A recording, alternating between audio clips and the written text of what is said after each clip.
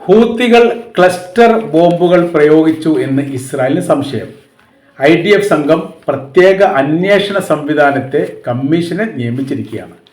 പറയുന്ന കാര്യം, പ്രതിരോധ സംവിധാനം തകർത്തുകൊണ്ട് രാജ്യത്തിൻ്റെ അകത്തേക്ക് പ്രവേശിക്കുന്ന യമന്റെ ആക്രമണ രീതികൾ മുൻപത്തതിൽ നിന്ന് വ്യത്യസ്തമായ രീതിയിൽ വളരെ കഠിനമുള്ളതും ശക്തിയും പ്രഹരമുള്ളതുമാണ്. ഇങ്ങനെയൊരു സംഭവം ഇതുവരെ ഇല്ലാത്തതാണ്. ആയതിനാൽ തന്നെ അതിൻ്റെ അകത്ത് ക്ലസ്റ്റർ ബോംബുകൾ പ്രയോഗിക്കുന്നുണ്ടോ എന്ന് സംശയിക്കുന്നു എന്നാണ് ഇസ്രായേലി വിഷയമായിട്ട് പറയുന്നത്.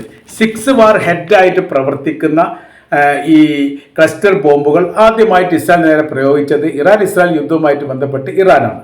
അതിലവർ വിജയിക്കുകയും ചെയ്തു. ഒരു ബോംബിന് നേരെ ആക്രമണം നടത്തുന്ന സമയത്ത് ബാക്കി 5 എണ്ണമെങ്കിലും ബോംബിലേക്ക് പതിച്ചുകൊണ്ട് ആക്രമണം ഉണ്ടാക്കാനുള്ള സംവിധാനത്തോടു കൂടിയാണ് ഇറാൻ അതിന് രൂപകൽപ്പന ചെയ്തത്. ഇപ്പം യമൻ ഉപയോഗിക്കുന്ന ഈ സമാനമായിരിക്കുന്ന ബോംബുകളും അല്ലെങ്കിൽ മിസൈലുകളും ഇറാന്റെ നിർമ്മിതമാണോ എന്ന കാര്യത്തെക്കുറിച്ചും ഇവർക്ക് അന്വേഷിക്കുകയാണ്. ഇപ്പോഴത്തെ സാഹചര്യം എന്ന് പറഞ്ഞാൽ ഗസ പിടിച്ചെടുക്കാൻ വേണ്ടി വലിയ മുന്നേറ്റ കാര്യങ്ങളൊക്കെ സൃഷ്ടിക്കുന്നതിനിടയിലാണ് രാജ്യത്തിൻ്റെ അകത്ത് തന്നെ സുരക്ഷിതമില്ലാത്തൊരു സംവിധാനം വരുന്നത്.